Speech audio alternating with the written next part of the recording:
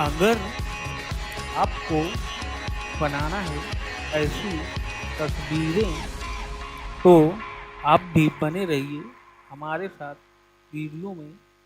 हम आपको बड़े ही आसानी से बताएंगे कि किसी भी चित्र को बनाने के लिए उस चित्र का सबसे पहले तो आपको आकार बनाना होता है। आकार बनाने के बाद आपको उस आकार को खूबसूरती के अंदाज से ढालना पड़ता है।